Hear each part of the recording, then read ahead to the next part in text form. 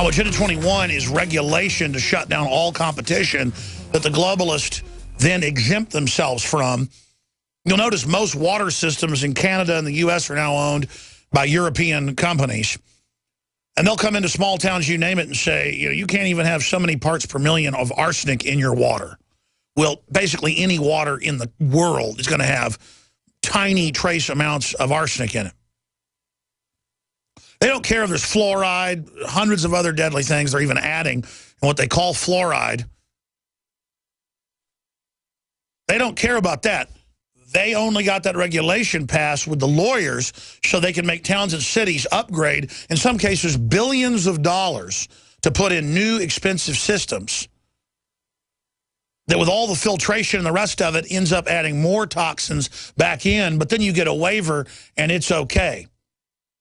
And then they give you this toxic toilet-to-tap crud that fish would die in if they were put in it. But you put fish in clean aquifer water, they would live. Oh, but you can't have aquifer water. We've got to add fluoride and chlorine to it. And we've got to put it through all these expensive filtration systems so these Dutch and British and German and French companies can literally rake us over the coals because they understand how business is done in an oligopoly, in a monopoly. They just come over, get the laws passed by the legislatures, get their specific patented filtration systems approved, and then you've got to buy it.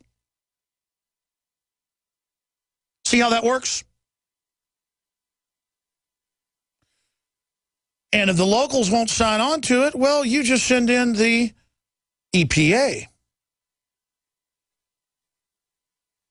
Oh, you've got a Range Rover that's 20 years old? We're going to send a SWAT team of 6 people to your house from Homeland Security to bust down your door.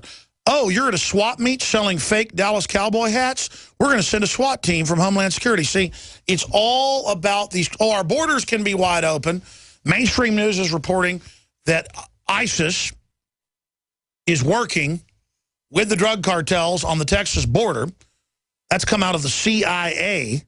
We're going to get into that report. But none of that's a threat. You can have GMO that sterilizes the rodents that eat it. You can have glyphosate in almost every water supply that literally destroys your kidneys, feminizes men, and gives women breast cancer on record.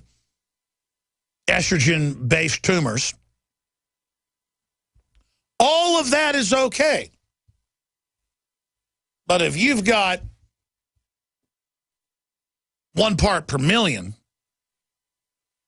of arsenic in your water, well, then you can't drink it.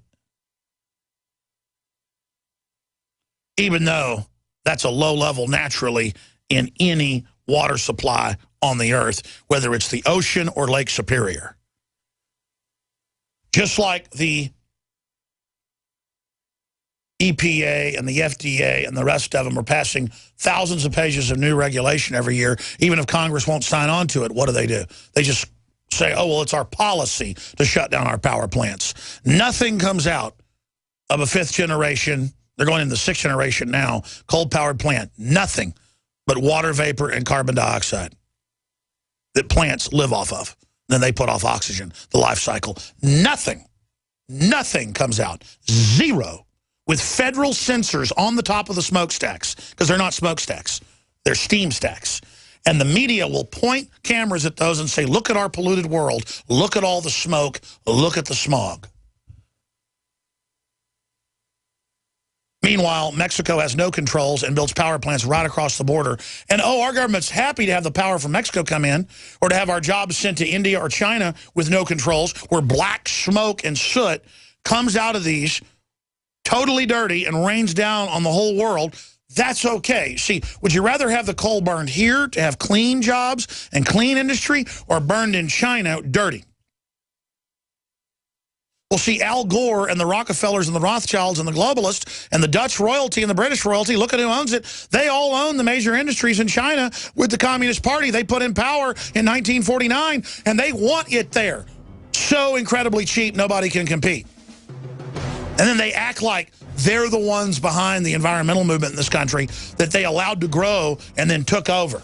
and used as a tool of oppression. I didn't mean to go off on that jag about regulations and how they operate and how they work. I want people to understand what this is really all about. When we come back, I promise, we're going to get into huge news on Ferguson. They now have contractors on the ground, ISIS. We're on the march. And more.